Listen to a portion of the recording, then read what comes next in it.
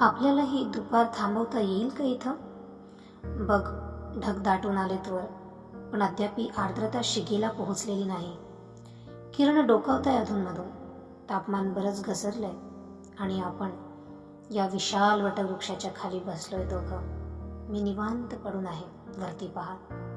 या अघोरी पसरलेल्या वडाचं शिखर दिसतंय का ते निहाळते मी. आणि तू शेजारील हापशीवर पाणी भरणाऱ्या बायकांकडे बघून न बघितल्यासारखं करतोय. तू काय बघतोय त्यांच्याकडे? काय दिसतंय त्यांच्यात?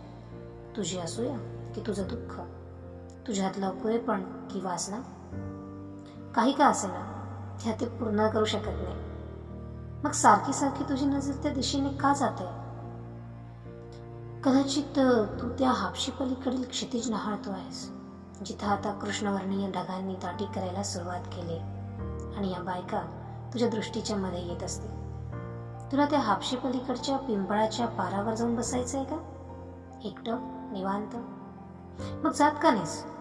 कसली भीती दाटून आली आहे तुझ्या मनात? मी वाट पाहते तू या पारावरून त्या पारावर स्वतःच जाण्याची, म्हणजे मला त्या अपराधाचं ओझं विनाकारण फील करावं लागणार नाही. तू जा तिथं आणि ओरड एकदाचा मोठ्यानं. रड हवं तर. मी ऐकूनही न ऐकल्यासारखं करेन. मलाही ओरडायचंय खरं तर, पण या वडाच्या पानांतून वरचा आकाशधड दिसेना झालाय. मला आता इथं असं निवांत पडून राहायचंय, कुणालाही डोक्यात न आणता. मी हे करू शकते, पण मग तू मला दोष न लावशील. खरं तर तुलाही ते करायचंय, पण काय अडवतंय तुला?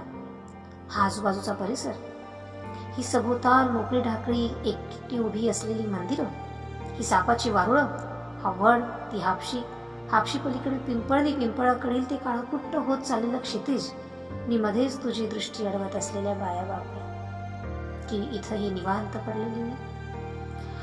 मला आता निर्विचार व्हायचं आहे, पण खचत चाललेल्या माझ्या गावातील सुकत चाललेला पिंपळ माझ्या राहून राहून मनात येतोय. मला आठवण येते त्याची. तू त्या पलीकडील पिंपळ पारावर का जाऊन बसत नाहीस?